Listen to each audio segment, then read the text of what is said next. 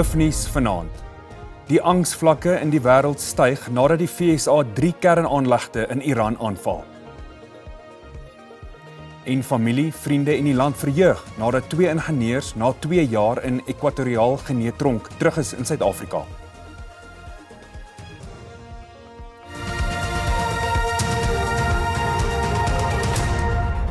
Hartlik goeienaand en welkom by die Afrikaanse nuus. President Cyril Ramaphosa sê die regering het met groot angs verneem van Amerika se toetrede tot die oorlog tussen Israel en Iran. Amerika se verwoestende aanvalle met bomwerpers gisteraand op 3 kernaanlegte in Iran is van binne en buite die VSA verdoem. President Donald Trump het die besluit geneem om Iran aan te val sonder die goedkeuring van die Amerikaanse Kongres. Die Suid-Afrikaanse regering sê hy het gehoop dat Trump sy invloed sou gebruik om die 2 lande te oortuig om eerder dialoog te gebruik om die eskalerende vijandighede tussen hulle stop te sit. South Africa calls on the United States, Israel and Iran to give the United Nations the opportunity and space to lead on the peaceful resolution of matters of dispute, including the inspection and verification of Iran's status of uranium enrichment, as well as its broader nuclear capacity. Trump het die aanvalle op kernkragstasies as 'n skouspelagtige sukses bestempel. Volgens die Amerikaanse minister van Verdediging was die aanvalle 'n presisieoperasie wat daarop gemik was om die bedreiging van Iran se kernprogram op Amerikaanse belange te neutraliseer. Hy het gesê die aanvalle was teen Iran se kernprogram gerig en nie teen die land self nie. The order we received from our commander-in-chief was focused, it was powerful, and it was clear. We devastated the Iranian nuclear program. But it's worth noting the operation did not target Iranian troops or the Iranian people. Israel het die aanvalle verwelkom. Last night, President Donald Trump took a historic resolution, a resolution which can change the entire trajectory of the Middle East to a better future, and also defended and protected Israel and the interests of the United States of America.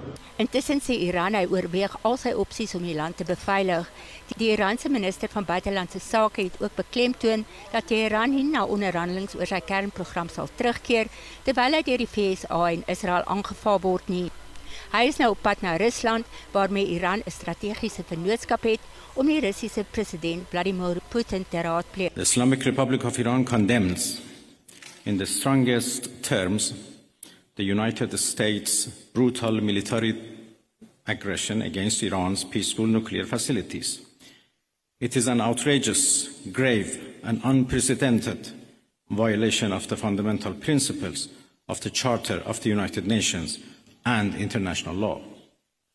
The warmongering and lawless administration in Washington is solely and fully responsible for the dangerous consequences and far-reaching implications of its act of aggression. Die 2 Suid-Afrikaners wat meer as 2 jaar lank in Ekwatoriaal Guinea aangehou is terug in die land nadat hulle presidensiële kwytskelding ontvang het. Die 2 ingenieurs, Pieter Haksum en Frik Potgieter, is in Februarie 2023 in die Sentraal-Afrika land in hegtenis geneem nadat hulle daarvan beskuldig is dat daar dwelms in hulle bagasie was.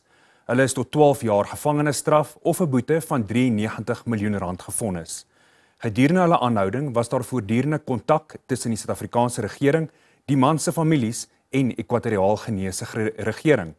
Haksum en Potgieter het gisternag in Suid-Afrika aangekom en is op die lughawe deur hulle families en die minister van Buitelandse Sake, Ronald Lamola, verwelkom. Die Suid-Afrikaanse regering en hulle families het hulle vrylating verwelkom. Vandag is 'n buitengewone gelukkige dag vir die 2 families, al hulle vriende en ook hulle ondersteuners. Na 2 jaar en 4 maande van onregmatige aanhouding is Pieter en Frik uiteindelik terug by hulle families.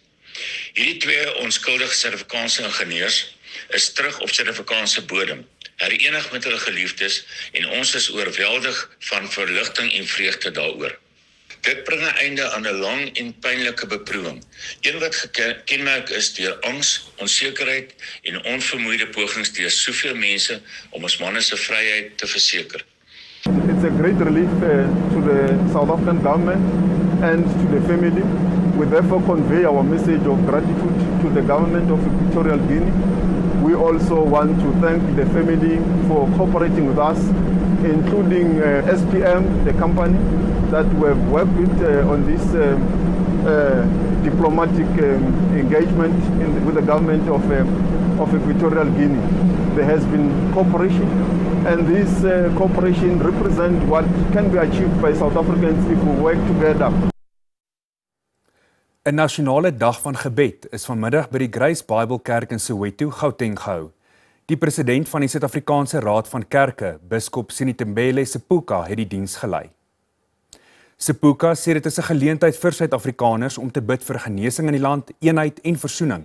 Hy sê daar is 'n behoefte in die land aan 'n boodskap van hoop, aangesien baie Suid-Afrikaners 'n gevoel van wanhoop ervaar. Dit is die 5de Nasionale Dag van Gebed met die eerste geleentheid wat in 2017 gehou is. Dit dien as 'n geleentheid vir mense om saam te kom in solidariteit, ongeag hulle verskillende godsdienstige oortuigings. Die Gautengse Departement van Gesondheid het sy inentingsveldtogte teen masels verskerp om die uitbreking van die siekte in die provinsie te bekamp. Meer as 180 maselgevalle is sedert Januarie vanjaar aangemeld. Die meeste gevalle het in die Johannesburg, Ekurhuleni en Tshwane metros voorgekom.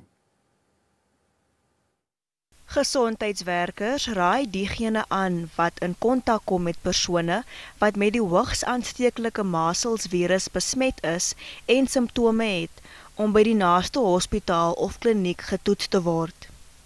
A person infected can be infected through coughing, sneezing. If you are around a person that is infected and there is sharing of that air droplets within the space, you can get infected. And what happens is that the person would, within 14 days, start developing symptoms of measles that will include rash, will include fever, sometimes flu-like symptoms.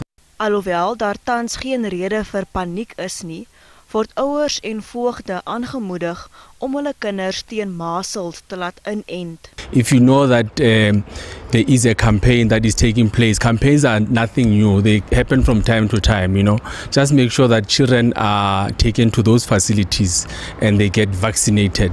But we are also conducting campaigns, and that is an effort to try and make sure that we contain what has been an outbreak that has been going on for some time. Die Tshwane streek is tans die brandpunt in Gauteng met toenemende voorvalle in Johannesburg en Ekurhuleni.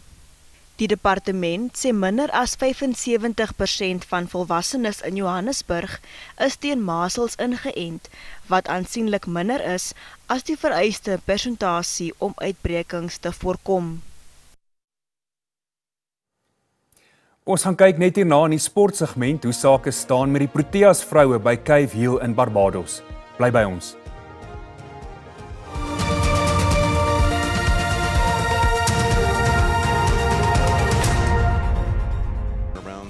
Dis dan al vir vanaand. Ons is môre aand terug op S3 en wel om 8:30. 'n Mooi aand verder vir jou. Totsiens.